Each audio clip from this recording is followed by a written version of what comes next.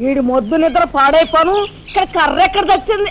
అరే ఊరుకోండి బామ్మగారు, పాపం రాజా పొద్దుపోయి ఇచ్చినట్టున్నాడు, కాసేపు పడుకోనివ్వండి. పొద్దుపోయి రావటం ఎందుకు, పొద్దు ఎక్కదాకా పడుకోవటం ఎందుకు? నీకు తెలవదు, నువ్వు వెళ్ళు.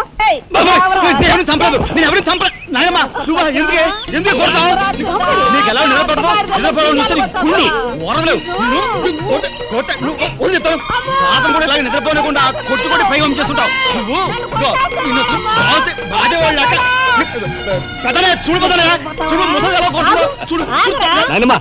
ఆగు. ఏమిటే చిన్నారితో నీకేమిటి?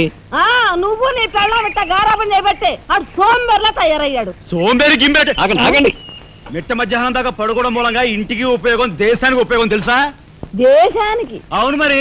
నాలాంటి వాళ్ళకి ఉద్యోగం రాకపోవడం వలన స్ట్రైకులు చేసి బస్సులో తగలబెడతామా? అలాంటివి ఏమీ చేయకుండా యువతలు నిద్రపోవడం మూలంగా దేశానికి ఎంత ప్రశాంతత. ఏమిటినైనా లాభం. ఏమ్మా కాని సంపాదన లేనోడు 3 పూట్ల మిక్కితే ఇంటికి ఎంత ఖర్చు? అందుకే అర్ధరాత్రి వచ్చి మిట్ట మధ్యాహ్నం దాకా నిద్రపోతాను. దాని మూలంగా రాత్రి భోజనం, తెల్లారి కాఫీ, టిఫిన్లు నీకు ఆదా కాదా? ఏనే ఇక పెద్దనే అంటావా? వాడు మధ్యతరగతి మనిషి, బోడు బరువు బాధ్యతలు ఉంటాయి, 10 మందికి సమాధానం చెప్పుకోవాలి కాబట్టి పొద్దునే లేవాలి. ఇక సీతమ్మ లాంటి వదులంటావా? ఇంటి చాకరీ బోర్డు అంత ఉంటుంది, ఆవిడ పొద్దునే లేవాలి. ఇక చిన్నయ్య ఇదిగో వీడు ఒక పుస్తకాల పురుగు, ఎప్పుడెప్పుడు ఐఏఎస్ పాస్ అయిపోదామని ఉంటుంది కాబట్టి తను పెందడే లేవాలి. ఇక చిన్నపిల్లలు పొద్దునే ఆడుకోవాలి, చదువుకోవాలి కాబట్టి వాళ్ళు పెందడే లేవాలి. నువ్వు నేను ఎందుకే పెందడే లేవటం? నా మాట విన్నాయనమ్మా, నువ్వు నాతో పాటు అర్ధరాత్రి వరకు గాలి తిరుగులు తిరిగి ఇంటికి వచ్చి నిద్రపోయి లేటుగా లేచావనుకో, ఇంటికి ఖర్చు తగ్గుద్ది, నాకు నీ నస తగ్గుద్ది. ముదిరిపోయావురా. చిన్నబాబు నీళ్ళు తోడుతున్నా,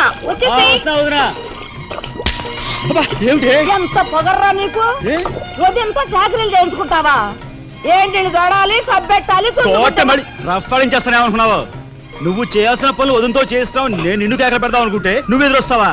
అయినా ఈ వయసులో నువ్వు చేయాల్సిన పనులు ఏమిటి? ఏంటయ్యా? నాకు సేవలు చేసుకోవటం.